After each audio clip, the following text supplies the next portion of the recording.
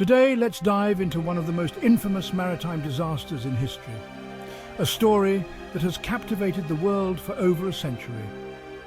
It all began on April 10th, 1912, with the RMS Titanic, the world's largest and most luxurious ship of its time, a marvel of modern engineering and opulence. It set sail on its maiden voyage from Southampton, England to New York, carrying a diverse mix of passengers. Among them were renowned industrialists, famous actors and immigrants seeking a better life in America, all united by the promise of a new beginning. The Titanic was commanded by the 62-year-old Captain Edward John Smith, a seasoned mariner with a distinguished career who was revered and respected by his crew and passengers alike. Excitement and anticipation surrounded the ship as passengers eagerly boarded, while crowds gathered to wave goodbye. The media buzzed with stories of the Titanic's grandeur and the notable individuals on board.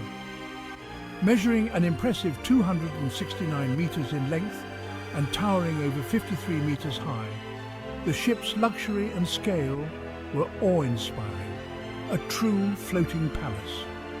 The construction of this magnificent vessel cost $7.5 million at the time, which would be equivalent to an astonishing $400 million today, reflecting the immense investment in its creation. The interior of the Titanic was nothing short of spectacular, featuring stained glass mirrors, ornate wood paneling, and grand staircases that exuded elegance and sophistication. It boasted a heated swimming pool, a Turkish bath, an electric bath, a fully equipped gym, a squash court, 4 restaurants, 2 barbershops, and a well-stocked library, offering every conceivable luxury to its passengers. The Titanic was the epitome of luxury travel, and many believed it was unsinkable due to its state-of-the-art safety features, which included watertight compartments and remotely activated watertight doors. Built by the prestigious White Star Line, the Titanic was a symbol of human ingenuity and ambition. The company's vice president famously declared the Titanic unsinkable, a statement that would later become tragically ironic. However, 2 days into the voyage, on April 12, 1912, Titanic received its first ice warnings. These messages were crucial, alerting the crew to the dangers that lay ahead in the icy waters of the North Atlantic. The Atlantic Ocean was full of icebergs, posing a significant threat.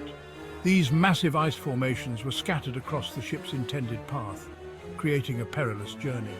Despite these warnings and changing course twice, the ship maintained its speed of 21.5 knots, which is about 40 kilometers per hour. The decision to keep this speed was risky, given the known dangers. On April 14, 1912, the Titanic received 7 more ice warnings, but Captain Smith and his crew ignored them, not slowing down. The crew's confidence in the ship's invincibility led them to underestimate the threat. As night fell, the moonless sky reduced visibility. The lack of natural light made it nearly impossible to spot icebergs in time to avoid them, setting the stage for disaster. At 11:39 p.m., lookout Frederick Fleet spotted a massive iceberg looming in the distance, its white mass stark against the dark sea. He rang the bell thrice with urgency and immediately called the bridge, alerting them of the imminent danger that lay ahead. First Officer William Murdoch, realizing the gravity of the situation, ordered the ship to steer left, but it was too late to avoid the impending disaster. At 11:40 p.m., just a minute later, the Titanic collided with the iceberg, initiating a catastrophic series of events that would seal its fate. The iceberg, approximately 200 feet long and weighing 1.5 million tons, tore through the ship's side with a force that was unimaginable. Although the Titanic had a double-bottomed hull and 16 watertight compartments designed to keep it afloat, the collision breached 6 compartments, dooming the ship. Captain Smith and ship architect Thomas Andrews were in shock as they realized the ship would inevitably sink despite their best efforts to save it. 20 minutes after the collision, Captain Smith ordered distress signals to be sent. Senior radio operator Jack Phillips tirelessly sent distress calls, eventually reaching RMS Carpathia, 107 kilometers away. Despite moving at top speed, Carpathia would take 3.5 hours to reach the Titanic. Captain Smith ordered the evacuation of passengers, prioritizing women and children. However, many passengers, believing in the ship's unsinkability, hesitated. The first lifeboat, with a capacity of 65, launched with only 28 people. As the bow submerged, panic ensued.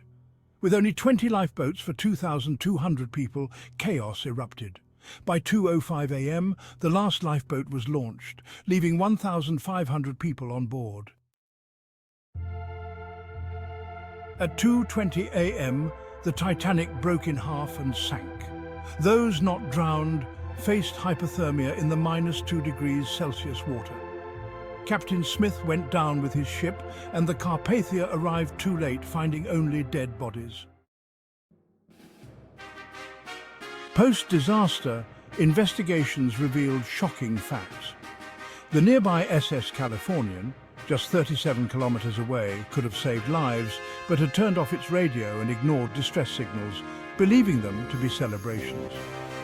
Captain Stanley Lord of the Californian faced blame, but multiple factors contributed to the tragedy. Insufficient lifeboats, cancelled safety drills and misunderstood commands were among the mistakes made. Pressure from White Star Line's chairman, Joseph Bruce Ismay, to maintain speed despite ice warnings also played a role. This disaster led to major changes in maritime regulations, including the establishment of the International Ice Patrol and the International Convention for the Safety of Life at Sea, or SOLAS, ensuring sufficient lifeboats for all passengers.